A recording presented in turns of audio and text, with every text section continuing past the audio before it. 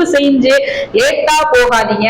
ஏன்னா நீங்க நினைக்கலாம் சின்ன சின்ன விஷயத்துக்கு ஸ்கூல்ல இருந்து நமக்கு அந்த பழக்கம் ஆரம்பிச்சிருக்கும். ஸ்கூல்ல இருந்தே 9:15 வந்து ஸ்கூல்னா நம்ம வந்து 9:30 போய் பார்த்தாலும் லேட் ஃபீஸ் கட்டுவோம், கேட்ல நிப்போம். இந்த பழக்கம் சின்ன வயசுல ஆரம்பிச்சு நீங்க ஆபீஸ் வரைக்கும் திட்டு வாங்குவீங்க. எப்ப நீங்க ஆபீஸ் வரைக்கும் வளர்ந்து நீங்க பென்ஷன் வாங்குற நிலைமைக்கு வந்தா கூட அப்போது வரைக்கும் இந்த லேட்டா போற விஷயம் சின்ன வயசுல திருத்தலைன்னா அப்போ வரைக்கும் உங்களை பாதிக்கும். அது எதுவும் ஆபீஸ் வேலை மீட்டிங் மட்டும் நான் சொல்லல, திருமணமோ எந்த நிகழ்வாக இருந்தாலும், ஃப்ரெண்டோட குழந்தைக்கு பர்த்டேவா இருக்கலாம், திருமணமா இருக்கலாம், எதுவாக இருந்தாலும் ஒரு நேரத்துக்கு நீங்க போயிட்டீங்கன்னா நிச்சயமாக நேரத்தை கடைபிடிக்கக்கூடிய மனிதர்கள் நான் பார்த்த வரையிலே வாழ்க்கையிலே தோத்ததே கிடையாது.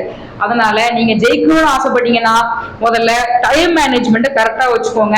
குறித்த நேரத்துக்கு முன்னதாகவும் கூட அந்த இடத்துக்கு போயிடுங்க. ஆனா நேரம் தாழ்த்தி மட்டும் எந்த செயலுக்கும், எந்த விஷயத்துக்கும், எந்த மீட்டிங்க்கும், எந்த நிகழ்வுக்குமே செல்லாதீங்க. அதனால அதை மட்டும் பாத்துக்கிட்டீங்க, நிச்சயமா நீங்க ஜெயிச்சிருவீங்க.